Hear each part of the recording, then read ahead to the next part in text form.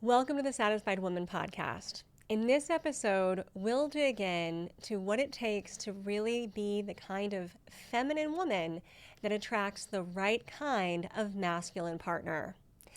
You don't have to even hardly dig deep into Google or Amazon. If you do a quick search on the top books for women, titles that include this kind of thing are at the top of the list. It shows that this is a big area of interest for us. So I want to give you some tips and techniques to find the right masculine partner for you. Welcome to the Satisfied Woman podcast. I'm your host, Alanna Kaivalya. This podcast is dedicated to helping women lean into their femininity and rediscover the power of their feminine gifts.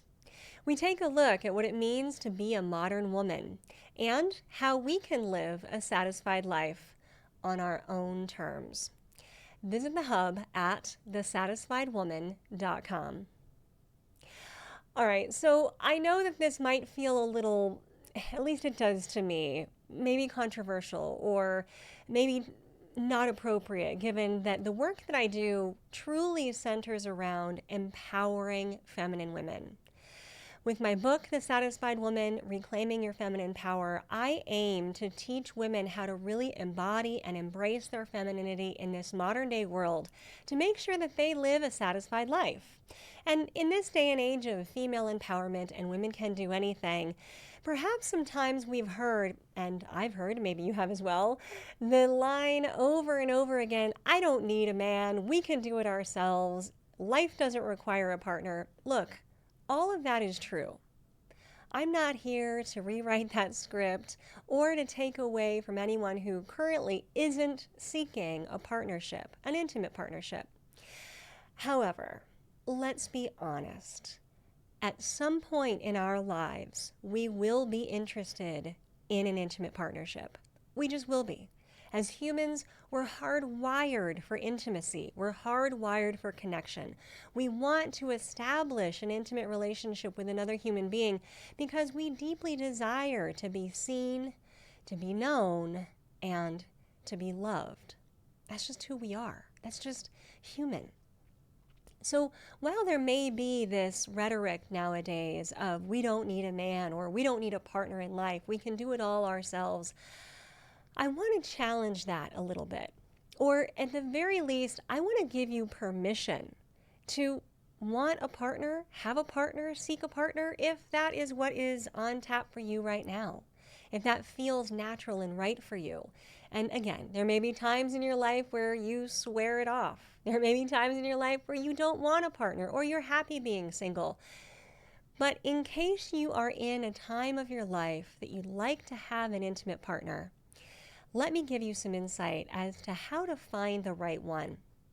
Now, what I can say that I disagree with in terms of this idea of feminism being we can do it all ourselves is that we don't need an intimate partnership. We do. At some point in our lives, we just do. It's very difficult for any human to survive their entire life on their own. We're not built that way.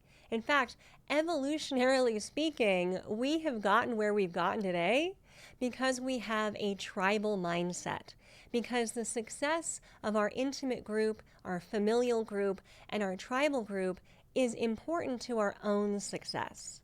Look, we can't just turn off millions of years of training. We're here to be in partnership with other people.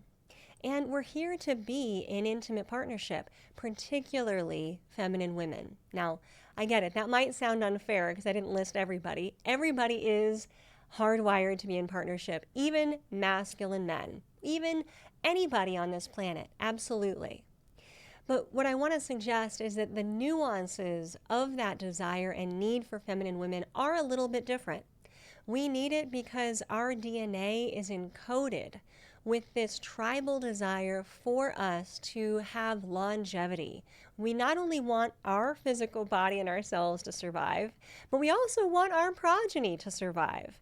And in a tribe setting, that actually requires a good, solid, steady partner who is there to provide and protect. This is simple history and simple, basic human structure. Now, whether or not you want a family, whether or not you want children. As a feminine woman, this is still in your DNA. There is still this hormonal, biological, genetic encoding to desire a committed partnership. Again, long-term, short-term, you choose. I'm not dictating the terms. I just want to give you the background on where this drive and desire comes from. It doesn't indicate weakness either. Just because you would like to have an intimate partner doesn't suddenly mean you're doing womanhood wrong or doing modern womanhood wrong in this day and age. You're doing it absolutely right. I would suggest that part of the fullness of life experience includes intimacy and partnership. I would further suggest that especially in this day and age where a woman can handle all of the basic things about her life, she can pay her own rent, she can get a job, she can handle her bills, she can open her own bank account, she can drive her own car.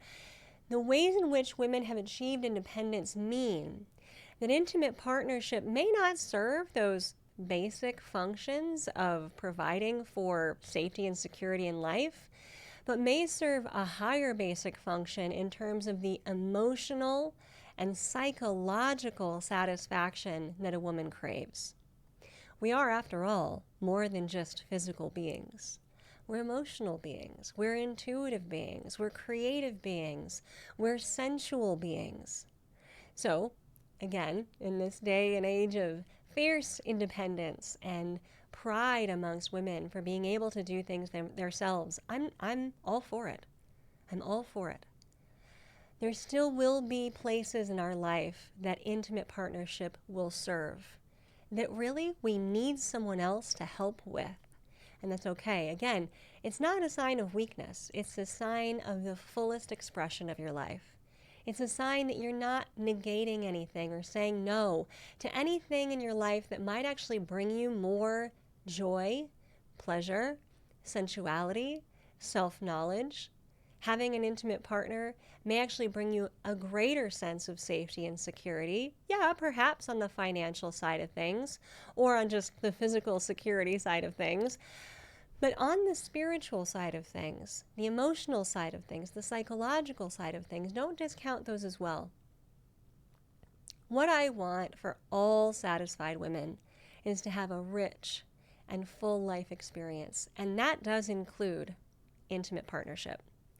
Now, for those of us women, like you and like me, who identify as feminine women, then we are looking for a masculine partner. Now, if you've read my book or listened to my other podcasts, then you know that the energies of masculinity and femininity exist inside every human, regardless of gender, regardless of sexuality. So I'm not placing any limits either on how you express yourself or how your partner expresses yourself or how you express your sexual preferences. Everything under the sun is okay. For the sake of this podcast, what I will be addressing are feminine women who are looking for a masculine partner and who are looking for primarily a masculine man as a partner. Again, everything under the sun is okay. This is just how I'll be languaging things and speaking about things in this podcast. But please hear me when I say that every expression is possible, and it's just the limits of this podcast, the time we have, and my ability to speak in a concise manner on these things that's limiting my language for now. So, for the feminine woman who is looking for the masculine man, the true masculine partnership, again, long-term, short-term, whatever term you desire, here's another perhaps counterintuitive concept to today's fiercely independent female. In order to find a masculine counterpart, we will need to drop the masculine mask. Now, donning the mask of the masculine for the modern day, independent, fierce, fabulous female is not easy. We live in a patriarchal culture. We live in a society that values masculine energy and principles over the feminine. We have been raised to, even ourselves, diminish and repress the feminine because it isn't as good, let's say, or looked upon as good as things that are masculine. As women, we're told we have to give ourselves away, and so we do, and we feel burnt out. When women are ravaged and not ravished, then our femininity is being exploited. This is the condition of our current culture. And so donning the mask of the masculine can not only be a pathway to traditional ideals of success, it can be a method of protection. Because exposing ourselves as the feminine beings that we are in certain settings, in certain scenarios, may not actually be safe. For example, something as innocuous as wherever it is that you work, your workplace, may have the old school, deeply indoctrinated paradigms of masculinity built into it. It may want a leader and followers. It may have a hierarchical structure. They may have key performance indicators or KPIs. They may have monthly goals or quarterly goals. You may be accountable for some sort of metric that you have to reach, some sort of very directed and linear definition of success. Now, that is all masculine. And it doesn't mean that we can't not only play that game, but totally kick ass. We just have to recognize that those are all masculine principles and values, and they require us to elevate our masculine side in order to participate in that. Now, if we're lucky enough to have a workplace, or if we are lucky enough to have maybe our own business or our own venture, or at least our own freedom to do with our lives as we wish in terms of career, then we might be able to cultivate the kind of culture that values femininity and feminine principles, even in the workplace. One of my favorite examples of this is actually Chani Nicholas. She's an astrologer. She's a very well-known astrologer. She has an app. She's incredibly successful. And she and her life partner have created her business, this app, the outreach that they do, all of the things that are under their empire from deeply feminine principles. It is possible to achieve wild success from deeply seated feminine values in the workplace. It's just, right now at least, not the norm. So we might be in a workplace setting where we have to don the masculine. We might live alone, where we have to do the masculine and the feminine for ourselves, which, again, living in this kind of culture means we often lean into the masculine more than we would like to as feminine women. So donning the mask of the masculine is often a reality for women of today, and it can be difficult to find places and spaces and circumstances where we can truly drop that mask, or it can be hard to drop it because we're so used to keeping it. Now, this is one of the challenges that I hear about when I speak to women about finding a masculine partner, because believe me, as much as we'd like to be the independent DIY, do everything for ourselves and everyone else, female who can play that masculine game and achieve all the success in life and not need anybody, my own experience is that when you get women together in a place where they feel safe, what they express is a deep sense of longing and burnout, a place where they can simply be themselves and really downshift into the feminine, into that sensual, creative side of themselves. So we need places and spaces that hold the masculine for us, and look, we're working on that too. But one of the first places and spaces that we can cultivate where we're allowed to be in our feminine is an intimate partnership. The right masculine partner can hold the masculine for us. We effectively outsource it to them so that we allow our femininity to flourish. That is so critical to our own sense of well-being, our own sense of authenticity, our own sense of connection to ourselves, and our own ability to express ourselves with the fullest might that we are capable of. It allows for things to germinate inside of us, whether that be an actual family or whether that be a new idea, something creative, in ways that don't really have the space to flourish if we're constantly holding the masculine for ourselves. When we do that as feminine women, we create a lot of tension in our minds and our bodies and our hearts. And if you're listening to this and you feel both a heaviness when I talk about it and a sense of relief when I tell you that yes, there's hope, then you understand what I'm saying.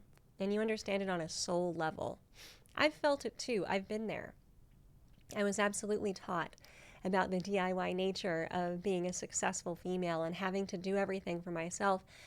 And I can do it. I'm sure you can too, or at least on some level, or maybe you're yearning to. So let's not take this idea of intimate partnership as weakness. Let's take it as a strength, a way for us to have a strong outlet for our femininity, which ultimately is going to make us more powerful. When we try to hold both polarities for ourselves, we become exhausted and we can't do either one well. When we have a partner who can hold our opposing polarity, then we get to lean into who we are most fully and flourish. So intimate partnership is a source of strength and a source of power, but we got to find the right partner.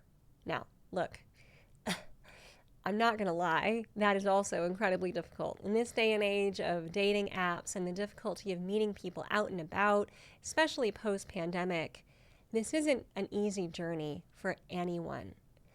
Now, I don't know how to counsel you through the use of dating apps or the screening of people, but what I can say is that when you are embarking on finding the right masculine partner or finding the man of your life, the one who can hold that post for you, is you have to inhabit the feminine. I can't tell you how many women I've spoken to who, as soon as they start dating, they say to me, Alanna, you know, all these men are intimidated by me. Now, I understand that. I mean, women can be powerful. But it's likely that they're not intimidated by your femininity. They're intimidated by the way you hold the masculine so strongly. If you want to find a strong masculine counterpart, you have to be in the feminine. The masculine man that you're looking for is looking for a feminine woman. So even as you start to embark on the process of finding one for yourself, you've got to be able to downshift into your own femininity so that you're attracting the right kind of person. Opposites attract. They've always said that. Now, what they mean is that the masculine attracts the feminine and vice versa. So if you're bracing yourself and going out on, these adventures to meet new people with the mask of the masculine, the world will see you that way. They will see how incredibly capable in the masculine role you are, and they will deflect or resolve to be in the feminine, or you will end up attracting a feminine partner, a feminine man, which, again, every human has both polarities, so all exist under the sun. If you're looking to attract a masculine man, you need to be connected to your femininity, which first and foremost means being connected to your intuitions and your emotion. Without that connection to your intuition and emotion, the true masculine partner that you're looking for, every person is looking for their opposite and their equal, right? Someone who can complement them, someone who has what they don't have, who can bolster them, who can bring them up, who can round out the yin to their yang. Hope you know that symbol, that beautiful circular symbol with the paisley shapes on the inside. Both of those paisley shapes are required for that circle to roll on down the road of life. So the masculine man who has his providership, his protectorship, his confidence, his direction in hand, he's going to need the emotional and intuitive connectedness of the feminine to truly make sure that he's on the right course, that his guidance and leadership is taking the right direction, that his decisions are benefiting those that he loves. He needs the feminine. He needs that emotional and intuitive connection, and not only will he be desirous of that, he will cherish it. So finding a masculine partner who truly cherishes your emotions and your intuition, meaning that anytime you have an emotional response or an intuitive hit, they're going to stop and listen to that. They're going to say, hey, tell me what that was. Let me find a solution to this. Let me help you solve this problem. Men are great problem solvers, especially when they have that emotional and intuitive guidance from the female. The feminine woman may be able to say, you know what, that doesn't feel good, or no, that's not right yet. And the man can say, okay, well, how about this? How about this? And that bolsters their confidence, and it bolsters your feeling of being cherished. Trust me when I say this is a win-win. And again, it's not weakness. Suddenly, we don't have to do all the guidance and leadership. That's all handled. The masculine has got it. And now we can settle into what we do best, which is to feel into life and where life force and energy goes. You also want to tap into your wild creativity. Creativity is that unbridled experience of creating something from nothing. Masculine men will be attracted to that because they can help you get things done, but that creativity is a uniquely feminine quality. And when you are looking to meet the masculine man of your dreams, or at least right now, then please be sure not to pick up the masculine again. Because one very quick way to turn that masculine partnership into something else is to take the masculine upon yourself, because then where does his masculine go? Either it becomes a fight between the two of you, or as you pick up more of the masculine, your partner will divest himself into the feminine. And then it becomes a relationship where either of you is on the incorrect polarity, and it burns you both out, and it becomes a source of stress. So your job, my fellow satisfied woman, when you are looking for intimate partnership with a masculine man, is to really embrace and lean into your femininity. Allow that masculine man to be in the masculine. And I understand, trust me, when I tell you that it is not easy, because we have been so indoctrinated, so enculturated into holding the masculine for ourselves. It's difficult sometimes to get used to or embrace the idea that we can just outsource it, let it go. We don't have to do all of the things. Look, we can. We can pick that back up anytime we need to.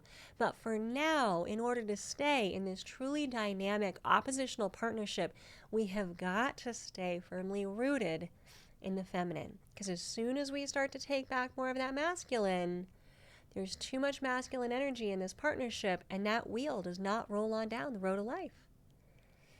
So we have to stay in the feminine, which again is powerful. It's not submissive. It doesn't mean you're suddenly abdicating yourself.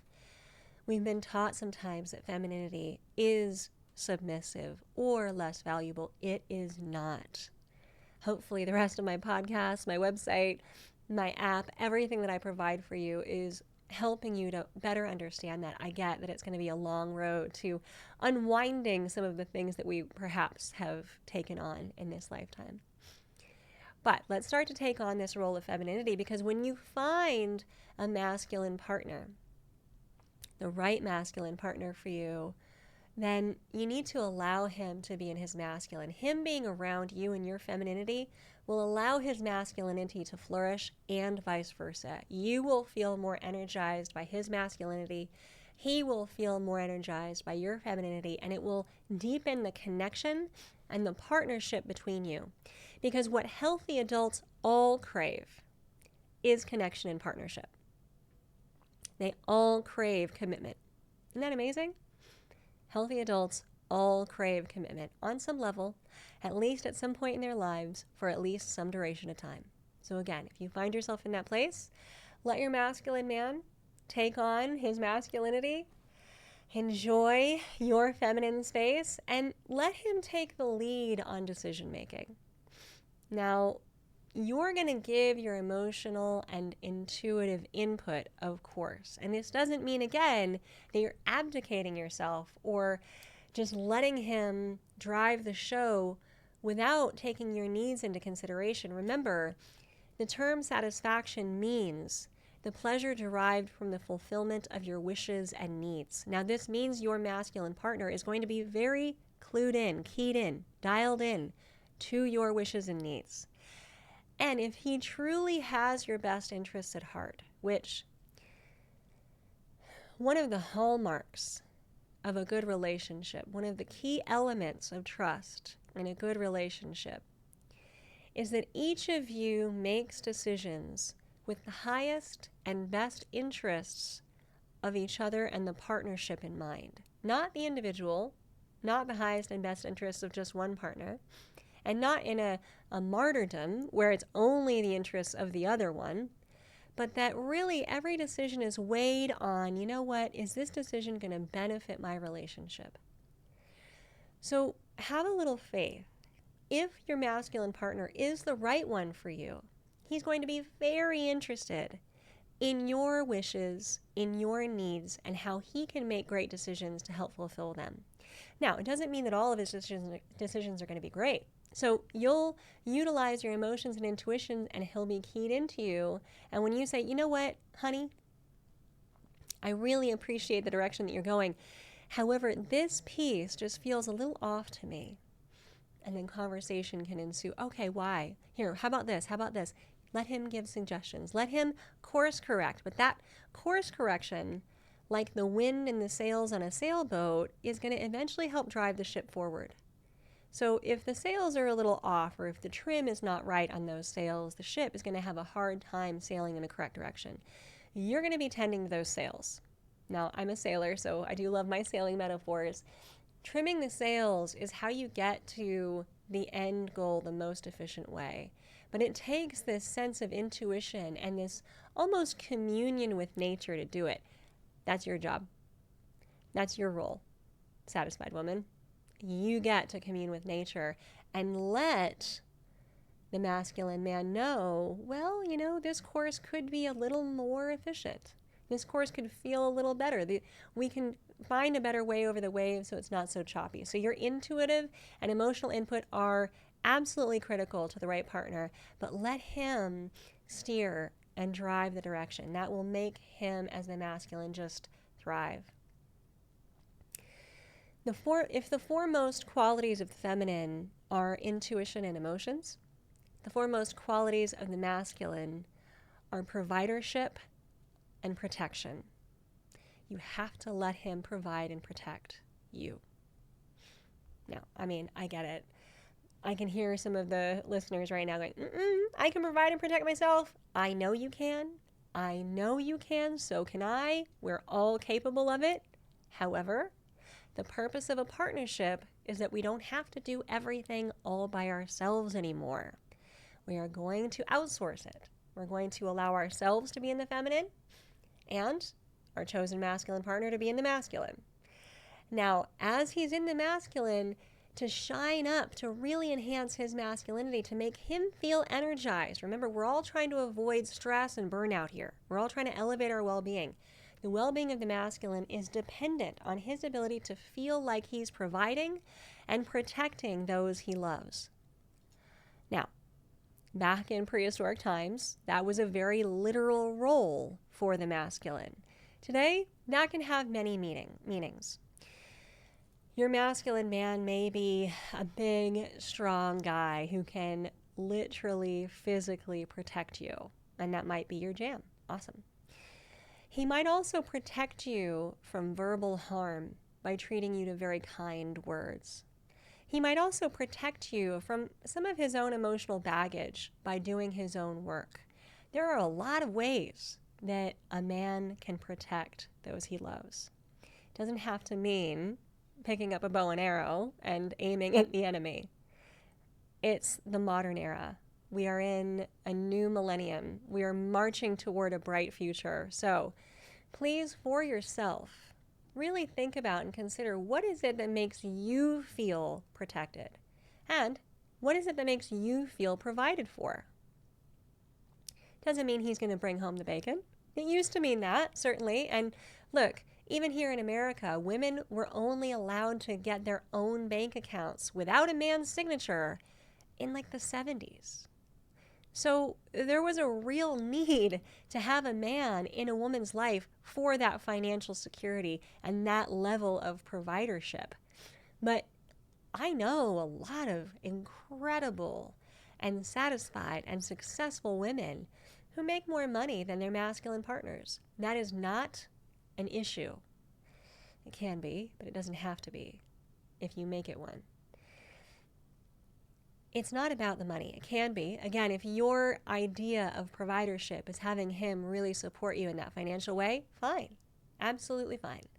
But if that rankles you a little bit, or if you make money on your own and you don't need him to contribute as much, or you're okay with the financial dynamics being fluid, then think about what else might he provide. Maybe your man is an incredible cook. Does he provide the meals for the household? Does he do the grocery shopping? Because you know what? He's just better at it. What does he provide for you? Does he provide that loving connection that you crave? And does he provide it generously? Men in their most healthy masculine presence are generous. They're generous. And that's not just financially generous. That's anything generous.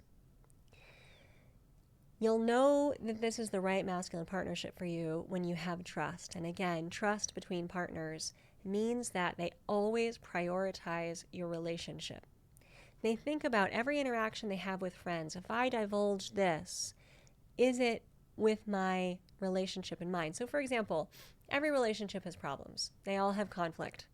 Every one of them. This is not about looking for the perfect, most conflict-free relationship. This is about looking for the right relationship for you. It's going to have conflict. How you progress through it and how you hold each other's hearts through conflict is probably going to determine the outcome of the relationship. But when there is conflict, does your partner go run off and tell his friends?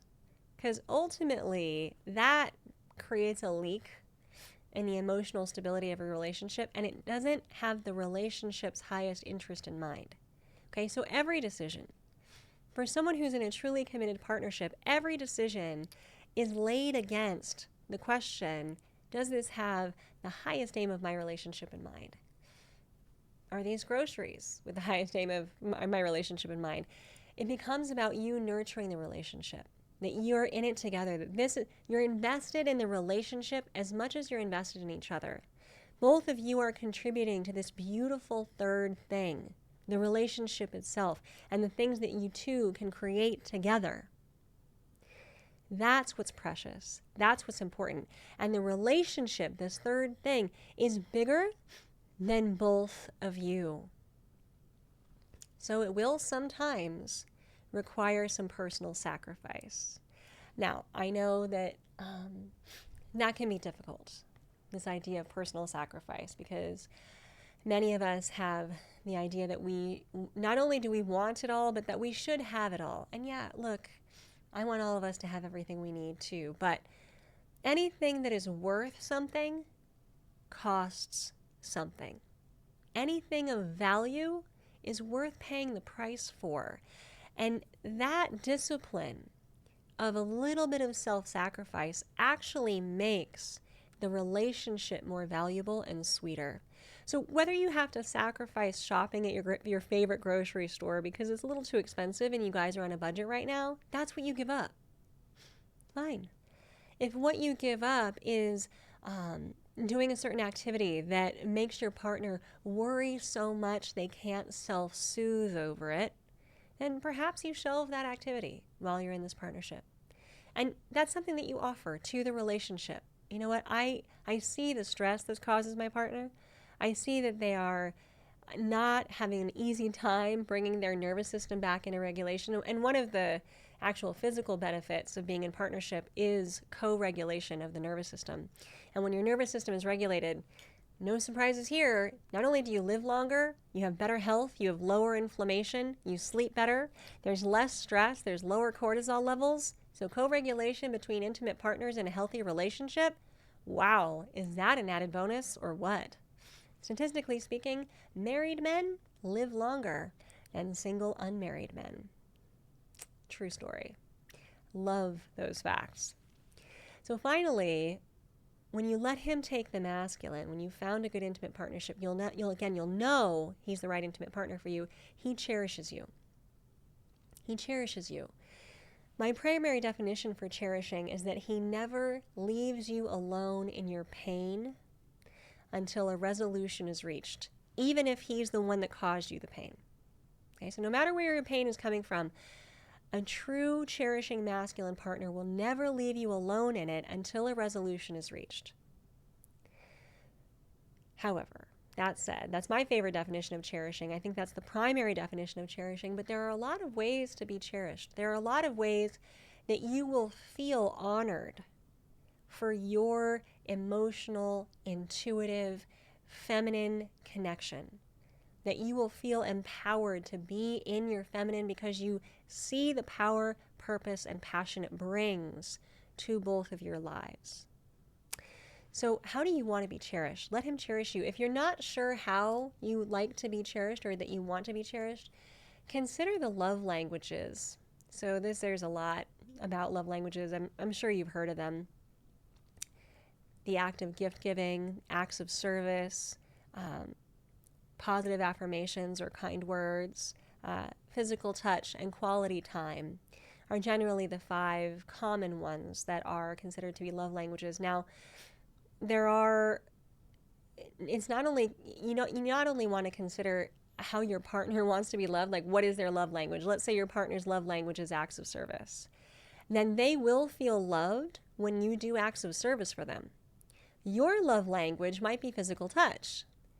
So because your love language is physical touch, you might just want to be physically in contact with them all of the time, but they won't feel loved because their love language is acts of service. So knowing for yourself your own love language, maybe it's physical touch and words of affirmation, you want to communicate that to your masculine partner and say, hey, look, you might love acts of service, you might love making me breakfast in the morning, and I love that about you, but I feel most loved when you say kind things to me and touch me gently.